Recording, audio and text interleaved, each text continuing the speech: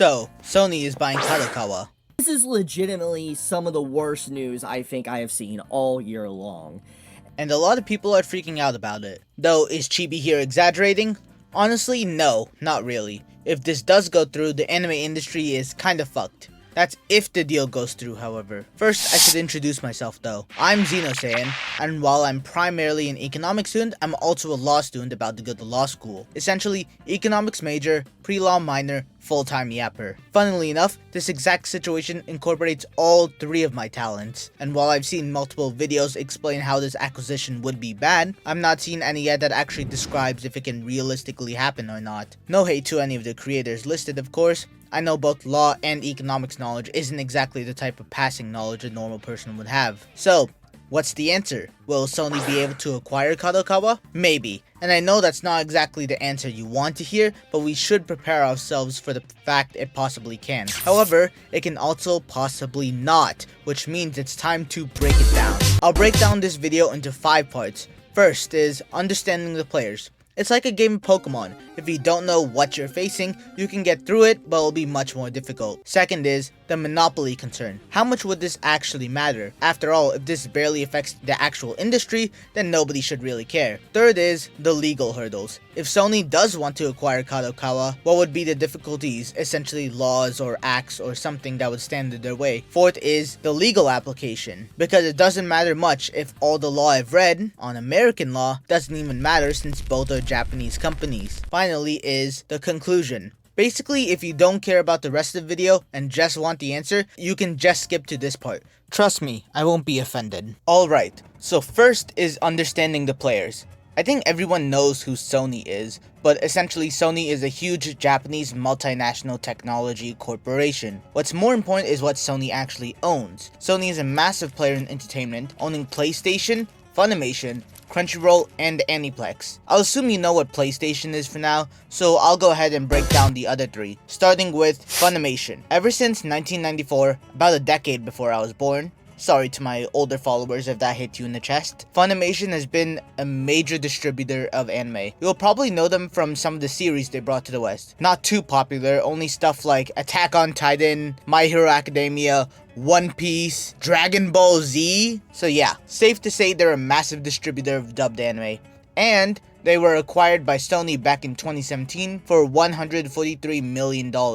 Next is Crunchyroll. Crunchyroll started as a pirating streaming platform before going legal, eventually becoming one of, if not the very, biggest anime streaming service globally. Sony acquired Crunchyroll back in 2021 for $1.175 billion and merged it with Funimation, gaining a strong stranglehold on the anime streaming industry. Finally is Aniplex, an extremely famous anime distributor, not anime studio, anime distributor similar to Funimation and Crunchyroll. However, it does own anime studios such as A1 Pictures and Cloverworks, and in turn made shows like Kaguya-sama, Bocchi the Rock, and Spy X Family. It also helped distribute other famous anime like Dandadan, Demon Slayer, Bleach, Naruto, Full Metal Alchemist Brotherhood, and Frieren.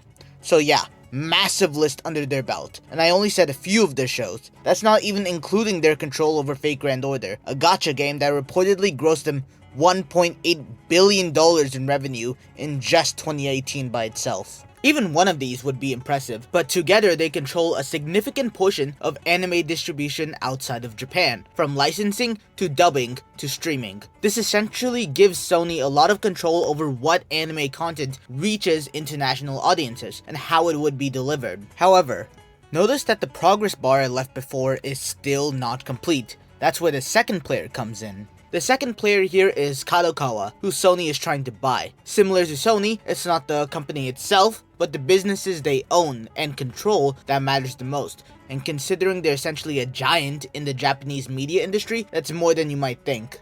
They own publishers like ASCII MediaWorks, Dengeki Bunko, and Kadokawa Shoten, some of the biggest light novel and manga publishers in the business. Some of the titles under their belt are massive hits like Sword Art Online, A Certain Magical Index, Re:Zero, Konosuba, The Melancholy of Haruhi Suzumiya, and No Game No Life. In the gaming world, they publish a lot of anime and manga based video games as well, but they're most famous for being the parent company of From Software, the company behind Dark Souls, Bloodborne, and Elden Ring. Side note, they're also major players in anime production committees, which means they have significant control over which manga and light novels get anime adaptations. Part 2, the Monopoly Concern. Alright, that's all good to know, but so what? After all, so long as they keep producing manga and light novels and anime, who really cares on our end? Well, here's why it's concerning. Sony already controls how most of us can legally watch anime through Crunchyroll and Funimation, but if they gain control over Kadokawa, they'd control the entire pipeline, from manga or light novel creation and distribution and marketing to anime creation, putting it essentially right in front of us. It's like if one company owned both some movie studios and all movie theaters. They would have unprecedented control over what entertainment reaches consumers and how they would access it. Think about it this way, Sony could potentially restrict anime adaptations to only their streaming platforms, which is Crunchyroll, control pricing for both streaming services and physical manga light novels, influence which types of stories get greenlit for adaptation in the first place, and potentially limit or control which gaming platforms get From Software games. Essentially, imagine Dark Souls and Elden Ring and etc. being only PlayStation. But here's where it gets really concerning for some fans. When one company has this much control, they don't have to worry about competition. Want to watch that new anime adaptation of your favorite Kadokawa light novel? You'll have to use Sony's platforms. Want to read the source material? You'll have to go through Sony's distribution channels. It's like if Disney owned not just Marvel movies, but all comic book stores too. They would be able to force out all of DC's comic books from the stores, meaning there's a lot fewer legal ways to support your favorite authors or characters, like Batman, Superman, and more. For the anime and manga community, this level of what we call vertical integration could mean less diversity in content, higher prices, and fewer choices in how we can consume our favorite media. It's not just about business, this is a threat to the creative freedom that makes anime and manga so special in the first place, and it threatens the accessibility to it. Even if you sail the high seas, this could spell bad news, as with this unprecedented level of control, they could implement stricter DRM, or digital rights management, basically making it harder for Luffy's type of anime watchers to access some anime, especially with the recent cease and desist sent to some recent anime sites of the kind you'd prefer a VPN for. While this sounds bad though, it could also be our saving grace. Part 3, the legal hurdles. Let me explain what I mean by it being our saving grace. This deal could form an unprecedented level of control over the anime-manga industry, especially in the West. So much so that the question has to be raised if this would become a monopoly. So, is this a monopoly? Well, that's kind of complicated. Sony wouldn't own everything in the anime industry, but they'd have what we call vertical integration, basically controlling the whole process from start to finish. They'd control the books through Kadokawa, the shows through their production committees, and how you watch them through Crunchyroll and Funimation. That's a lot of power, even without owning 100% of the market. In fancy legal terms, this is called vertical foreclosure, where one company controls so many steps in the process that they can basically lock out their competitors. And vertical foreclosure is specifically prohibited by antitrust laws, essentially laws meant to protect consumers from unfair business practices, like monopolies. The Clayton Antitrust Act of 1914 prohibits mergers and acquisitions that could substantially lessen competition. This includes vertical mergers between companies at different stages of a supply chain. So by acquiring Kadokawa, even though Sony wouldn't technically have a complete monopoly, they'd have so much control over anime and manga, especially in the West, that it would definitely raise some eyebrows among antitrust regulators. Part 4. The legal application. After all, everything we just said here is theoretical. It plays out in a textbook, but it's not like that in the actual courts. So the first issue I noticed was that, oh shit, both Sony and Kadokawa are Japanese companies, and everything I just recited was American law. And I sure as hell don't know Japanese law off the top of my head. I'm not that big a weeb, probably. So does anything I say actually matter? After all, just cause I worship our glorious savior, the bald eagle and semi-automatic weapons, doesn't mean everyone else does. The answer to that is yes, thankfully. While Sony and Kadokawa are Japanese companies, Sony has a lot of influence in the West, as well as a branch called the Sony Corporation of America, headquartered in New York.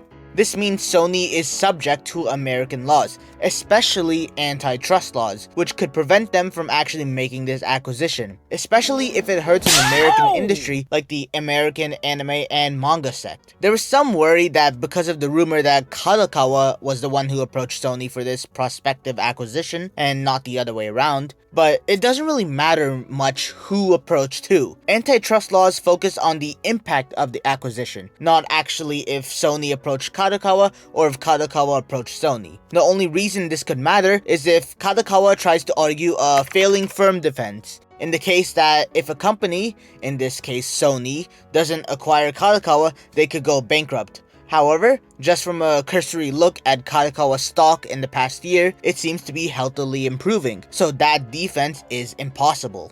And finally, the conclusion.